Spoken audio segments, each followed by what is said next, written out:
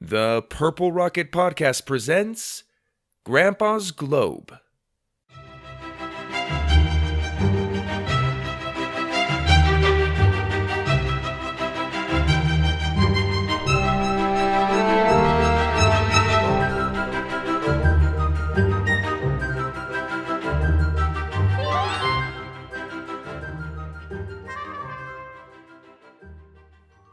Episode 1. Spain. Sawyer and Suzie stared at the big door in front of them. For twins, they didn't look anything alike. Sawyer was blonde and short. Suzie was tall with dark hair and freckles. But those were just the smallest differences between them. In fact, they were pretty sure they were born on different planets, on opposite ends of the universe. Even so, they were stuck together as usual, and now they stood on their grandpa's front porch, deciding their next move. "You gonna knock?" asked Sawyer. "You knock," insisted Suzie. "You're taller. You'll be able to hear yours better." Suzie shook her head. "From what Mom says, I don't think he'll be able to hear it either way. His hearing aids are always running out of battery and making that annoying squeaking noise like a dying mouse." Sawyer put a stick of gum in his mouth and chewed. It helped him think better in times of distress. "I can't believe they just dropped us off here," he said. "I'd rather be dropped off in a girl's clothing store for days." "He does smell kind of funny," Suzie added. "Yeah, Mom says it's because he wears Old Spice or something. Whatever it is, it burns my nostrils." "Ew, he rubs Old Spices all over himself? That's gross." Suzie stuck out her tongue. Sawyer popped a bubble with his gum. "Guess that's how it was done back in the day." Suzie shrugged and then gave the door a good knock. "Well, here it goes." After a minute of silence, Grandpa finally answered the door. And when he did, he stood there, with his plaid shirt, high pants, and flat cap, staring down at them. They wondered whether he could even see them. "Oh," he said, "you're here." And then he turned and walked back into the house. "Forget this, I'm walking home." Sawyer turned to leave, but Suzie grabbed him before he could escape. "I don't think so. Come on, Mom and Dad will only be gone for a couple of hours. Besides, they said if we're good, they'll bring us back a treat." Sawyer rolled his eyes, and together they walked inside. Grandpa's house was big and empty and smelled like wet wood. A long hallway led into the great room where vaulted ceilings stretched high above them. Big windows opened to the beautiful smoky mountains beyond. Autumn was starting to show its true colors, and the rolling hills were splashed with bright oranges, reds, and yellows. Just outside the window was a wood deck with a swing looking out. Good, Suzie thought, something I can actually look forward to. Sawyer was busy looking at all the colorful paintings and interesting sculptures and artifacts on the walls. There was an oil painting of a ship sailing into the sunset, and in the far corner an old wooden bow with feathers hanging off of it. African tribal masks lined the upper mantle of the brick fireplace. There were souvenirs from all over the world, all over the room. If they didn't know any better, they'd think they were in a museum.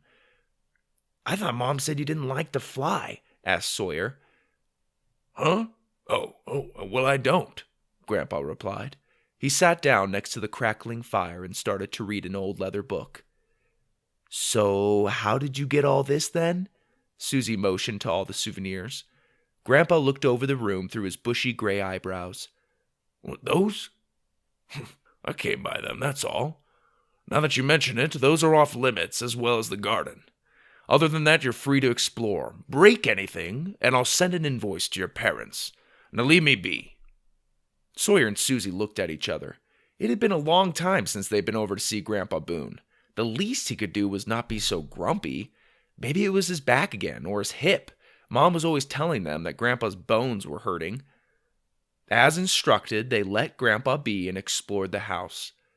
Most of it was pretty boring, nothing like the great room. That is, until they came to the library. "Whoa, look at all these books! You think he's read all of them?" asked Sawyer. "I don't know. It takes someone a lifetime to get through half of them," said Suzie. They explored the room and thumbed through the books. Shelves and shelves stretched up to the high ceilings and across the walls. Sawyer jumped on the sliding ladder that lined the bookcases and pushed himself along the wall. "Suze, look!" he shouted. "Careful, you're going to break something." Sawyer kept sliding around the room on the ladder. Who cares? Grandpa said he'd send Mom and Dad some kind of voice anyway. You think that means he's going to sing to them? I hope not. Suzie picked up a thick, dusty book off the table. The title read, The Boon Guide. She opened it and flipped through the pages. It was nothing but handwritten notes about different countries, foods, and places to visit. There was even rough sketches of buildings, items, and well-marked chapters. Weird, she thought. I thought Grandpa didn't travel. Oh boy, said Sawyer behind her. She turned and saw him spinning an enormous globe by the leather chair. It looked expensive. Each country was made of a different type of stone, and the rest of the ball was carved out of dark wood. You're going to get us in trouble, said Suzie, marching over to intervene. She reached him and stopped the spinning globe with her finger. In the blink of an eye, they were standing in the middle of a cobblestone street, Sawyer with a confused look on his face, and Suzie standing there with her pointer finger pointing down and the boon guide under her arm. What just happened? Cried Sawyer. Did you put a spell on us? What? No, what are you talking about? Sawyer started to panic. First I'm spinning a globe, and next you're running at me and we appear here. Wait, are you a witch? Sawyer, stop it. I don't know where we are. Let's just look around and find out what's going on. She turned and stopped a gentleman walking by. Excuse me, sir, can you tell me? Lo siento, no hablo inglés, said the man. Both Sawyer and Suzie went wide-eyed. They slowly swiveled their heads until they faced a big sign that read, Bienvenido a España, and in English underneath, Welcome to Spain. We're in Spain, said Sawyer. What are we doing in Spain? I don't know. Calm down. Let's just. Suzie looked down at the book in her hands and then opened it up. Maybe this'll have something. She scanned its pages and stopped on one with the title Spain in big letters at the top. 2 tickets were wedged into the crease of the pages. Run to the train station, she read aloud. Why do we need to run? Asked Sawyer.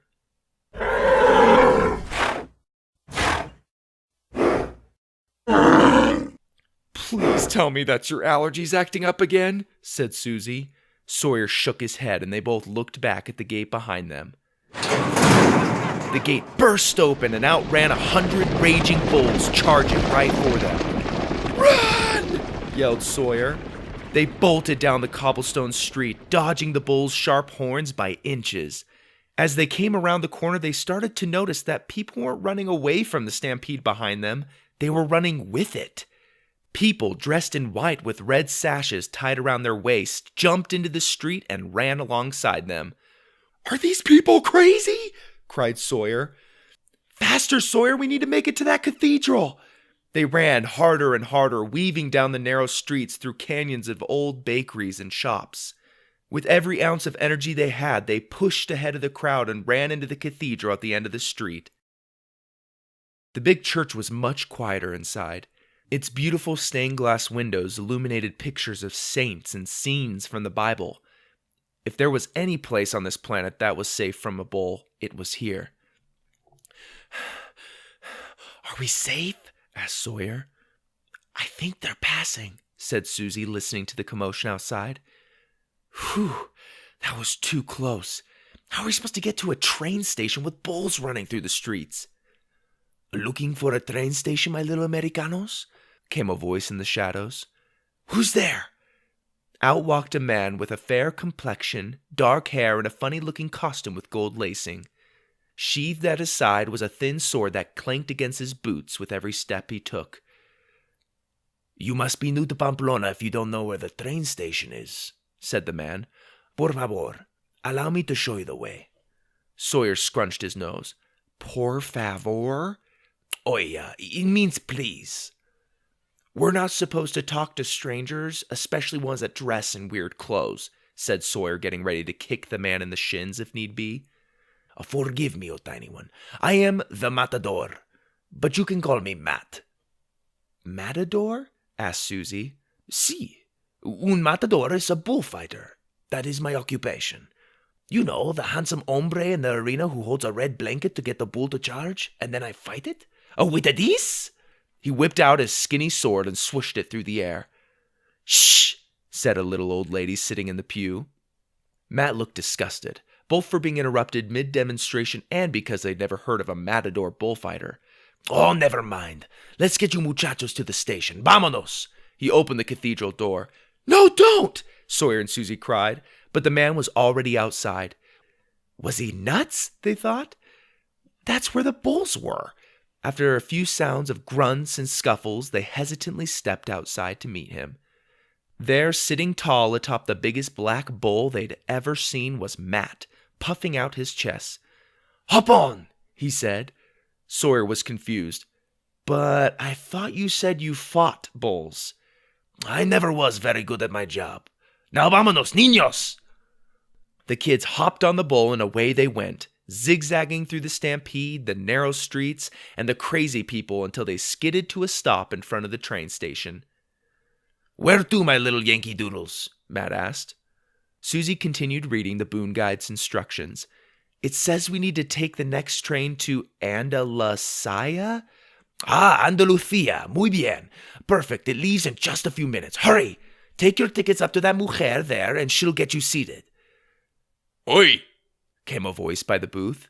A man with a dark mullet and mustache stepped out of line and headed for Matt. Both men drew their swords. "Who are you?" asked Matt. The man pointed his sword at him. "My name is Inigo Montoya. You killed my father. Prepare to die." "Excuse me? I don't know your father." Sawyer called out from the departing train. "Come on, Matt, the train's leaving." "Go on, muchachos. I need to take care of this misunderstanding. Hasta luego." "Hasta luego?" It means see you later." "Oh." And with that, the train left Matt and the mysterious man to their sword fight.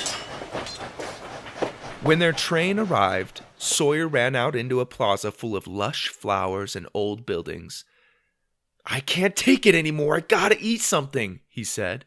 Suzie looked in her guide and read, "Maria's. Try the paella and Spanish tortilla." She looked up from the book and saw a sign above a small stone building that read, "Maria's Restaurante." "In there," she said, pointing Sawyer to the restaurant. They took a seat at one of the tables and ordered as the guide suggested, using only the words in the book. There was even money sitting on the page, several euros, which was just enough to cover the meal. Moments later, hot plates were placed before them. This is amazing," said Sawyer, chowing down on his Spanish tortilla, which looked like a disc of egg and potatoes swimming in olive oil. Suzie enjoyed her paella, a bowl of rice full of an assortment of delicious seafood. Suzie looked around the room. "What's that?" She glanced over the tables and saw a stage where dancers, dressed in flowing red dresses, stepped out and started to dance. They were clapping tiny cymbals together with their fingers as they twirled around and around. Suzie looked down at the book. "Stay and enjoy the flamenco dancers. They give out free castanets after the show," she read. Sure enough, once the dancers were finished, one of the women came over to them and gave Suzie the little finger cymbals. "Castanets," she whispered. "Don't get me wrong, this is awesome, but are we going to be stuck here forever?" asked Sawyer. "I mean, are there any tickets in there to get us home?" Suzie flipped through the pages. There were no plane tickets, not a single one. "No, but there is one last set of instructions," she said. They headed back to the train station and took the next train to A Coruña, a coastal city on the opposite side of the country. After a long ride, they hopped on a bus to the beach, a beautiful coast with the world's oldest working lighthouse watching over it. They stopped in front of a statue of a surfer and took a seat on a bench. "Did we get the chuches like it said?" Sawyer asked. Suzie held out the baggie of sugary gummies they'd been devouring on the bus. "I got 'em right here," she said with a mouthful. "And you're sure this is the right statue? You see any other surfer statues around here? It says to sit here and look at the clock behind us at exactly 4 o'clock. So there they sat, waiting patiently for 4 to roll around. Finally it came, and they stared hard at the clock. Sawyer talked out the side of his mouth. Everybody's looking at us like we're nuts. Suzie jabbed him with her elbow. Just do it. They stared harder, but still nothing happened. We have to be missing something, Suzie said, looking around the beach. Sawyer walked up to the surfer statue. Forget it. We're stuck here forever. I don't even know a word of Spanish. Okay, maybe a couple thanks to Matt. He stopped when he noticed something on the plaque under the surfer. Suzie? Yeah? What's Grandpa's first name? Kip. Why? Come look at this. Suzie walked over and read the plaque. It read, dedicated to the greatest surfer A Coruña has ever known, the legendary Kip Boone. They both slowly looked up at each other and then at the statue, which had the same pointy nose they'd seen earlier that day.